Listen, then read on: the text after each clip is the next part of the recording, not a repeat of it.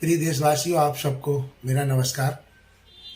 कल 30 जनवरी को ही हमने पूज्य महात्मा गांधी जी की पुण्यतिथि मनाई और आप हम सब ने उन्हें पुष्पांजलि देकर नमन किया, प्रणाम किया, याद किया। इसी श्रृंखला में हमारे देश के सम्माननीय प्रधानमंत्री नरेंद्र मोदी जी ने भी राजघाट में जाकर उनकी समाधि स्थल पर उन्हें पुष्पांजलि कर नमन किया।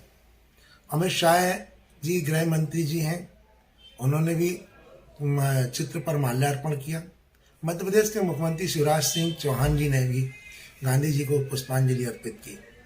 इसके साथ ही गैर राजनीतिक दल के भी जो अन्य नेता हैं, उन्होंने भी अपने अपने कार्यालयों में अपने अपने स्थानों पर महात्मा गांधी जी के प्रति श्रद्धा सुमन अर्पित किए। उन सभी के प्रति मैं कृतज्ञता ज्ञापित करता हूँ। धन्यवाद या आवश्यकता की इसमें कोई बात नहीं है, पर कुछ ऐसे परिस्थितियां इस देश के सामने आई हैं जिसको लेके चिंता करना जरूरी है और चर्चा भी करना जरूरी है। हम आप सब जानते हैं कि महात्मा गांधी खाली भारत देश तक नहीं है बल्कि पूरे विश्व में है और अनेक राष्ट्र उन्हें और उनके विचारों से सहमत हैं और उन्हें से प्रेरणा लेते हैं। पर आप देखें, दूसरा पक्ष ये भी है कि भारतीय जनता पार्टी की ही सांसद भोपाल से हैं जो प्रज्ञा ठाकुर, वो गांधी जी के हत्यारे नाथूराम गोडसे को देशभक्त मानती हैं, राष्ट्रभक्त मानती हैं। और भी आपको कई लोग ऐसे मिल जाएंगे जिन्होंने नाथूराम गोडसे का मंदिर बनवाया। उस नाथूराम गोडसे को, जिसको इस भारत देश के संविधान ने, सर्वोच्च न्यायालय ने फांसी की सजा सुनाई और गांधी जी का हत्यारा माना। कुछ लोग सनातन धर्म का चोला उड़कर पहनकर गांधी जी के प्रति आपत्तिजनक शब्द या हम ऐसा कह रहे हैं कि गालियां बकते रहते हैं। हमने पिछले 2 साल 3 साल पहले ये भी देखा कि पुण्यतिथि पर जिन्होंने एक सनातन धर्म का चोला उड़ा, कोई बनावटी साध्वी ने, उन्होंने भी गांधी जी के पुतले पर गोली मारने का एक नया दृश्य भारत में वायरल किया। और वो सब जो लोग हैं वो भारतीय जनता पार्टी के कहीं ना कहीं समर्थक हैं, वो भारतीय जनता पार्टी के सानिध्य में रहते हैं। एक तरफ तो ये है कि जो पद में है वो गांधी जी को नमन करते हैं और दूसरी तरफ उन्हीं के जो अनुयायी हैं या समर्थक हैं वो गांधी जी को अपमान करने की बात करते हैं।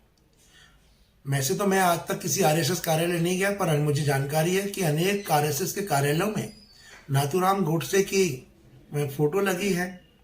उनके प्रति जो है राष्ट्रभक्त और देशभक्त की महिमा मंडन का काम भी किया जाता है। आखिर इस देश में ऐसी कौन सी विचारधारा काम कर रही है? हम इस देश को कहां ले जाना चाहते हैं? क्या एक व्यक्ति के मन में 2 आस्था हो सकती है? हमने टीवी चैनलों में भी देखा, डिबेटों में भी देखा। कई बार भारतीय जनता पार्टी के प्रवक्ता टीवी चैनलों में आते हैं और जब कहीं डिबेटों में नाथूराम गोडसे को जिंदाबाद करने के लिए कोई बात कर दे या गांधी जी के विषय में बात करते हैं, तो वो जो है चैनल में, वो भारतीय जनता पार्टी के प्रवक्ता नाथूराम गोडसे को मुर्दाबाद नहीं कहते। तो ये जो आस्था नाथूराम गोडसे के प्रति भारतीय जनता पार्टी ने रखी है, इस बात को स्पष्ट माननीय प्रधानमंत्री जी को करना चाहिए कि ये वो देश जिसमें महात्मा जैसे गांधी जी जैसे सपूत ने जन्म लिया, जिसको आज पूरा विश्व मान रहा है, और हमारे ही देश के अंदर ऐसी भी कुछ विघटनकारी शक्तियां हैं जो उस व्यक्ति को अपमानित करने के लिए काम कर रहे हैं। शुरुआत तो 30 जनवरी 1948 को ही हो गई थी। कुछ लोगों ने सोचा कि महात्मा गांधी के शरीर को नष्ट कर देंगे तो शायद हम गांधी जी से आगे बढ़ जाएंगे, और उन्होंने गोली मार के उनकी हत्या कर दी। परंतु गांधी एक विचार है, पहले तो शरीर में गोली मारी, अब अपशब्द बोल के अपमानित करके अब उनकी आत्मा को छलनी करने का काम कर रहा है। तो देश के नागरिकों को समझना होगा, इस दोहरे मापदंड को समझना होगा, दोहरी सोच को समझना होगा कि आखिर इसके पीछे कौन सी शक्तियां हैं जो ये कार्य कर रही हैं। आज ये शुरुआत जो हुई है ये ठीक नहीं है। जो भी गांधीवादी विचारधारा के लोग हैं, जो भी गांधी जी के प्रति आस्था व्यक्त करते हैं, उनको जागरूक होने की आवश्यकता है और मूलतः इन सब बातों को समझने की आवश्यकता है।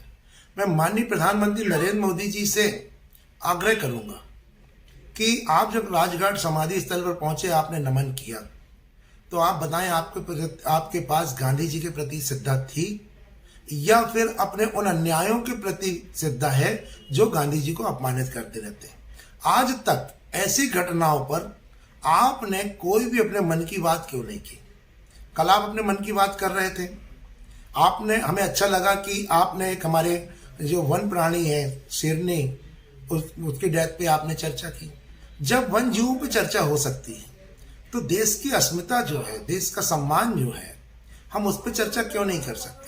क्या मन की बात में ये संदेश आपके द्वारा नहीं जाना चाहिए था कि जो लोग भी ये कर रहे हैं, ये देश के साथ, ये देशद्रोही जैसी स्थिति पैदा कर रहे हैं, देश के खिलाफ काम कर रहे हैं और वो हमारे महापुरुषों के खिलाफ काम कर रहे हैं, या आखिर इसका बढ़ावा क्यों दिया जा रहा है? काम नरेंद्र मोदी जी को चाहिए अपनी स्थिति को स्पष्ट करना चाहिए, विशेष तौर पर भारतीय जनता पार्टी को भी चाहिए कि वो अपनी स्थिति को स्पष्ट करे कि वो गांधी के विचारों के साथ है या विघटनकारी शक्तियों के साथ है। इसी के साथ जय हिंद, जय भारत, जय महात्मा गांधी।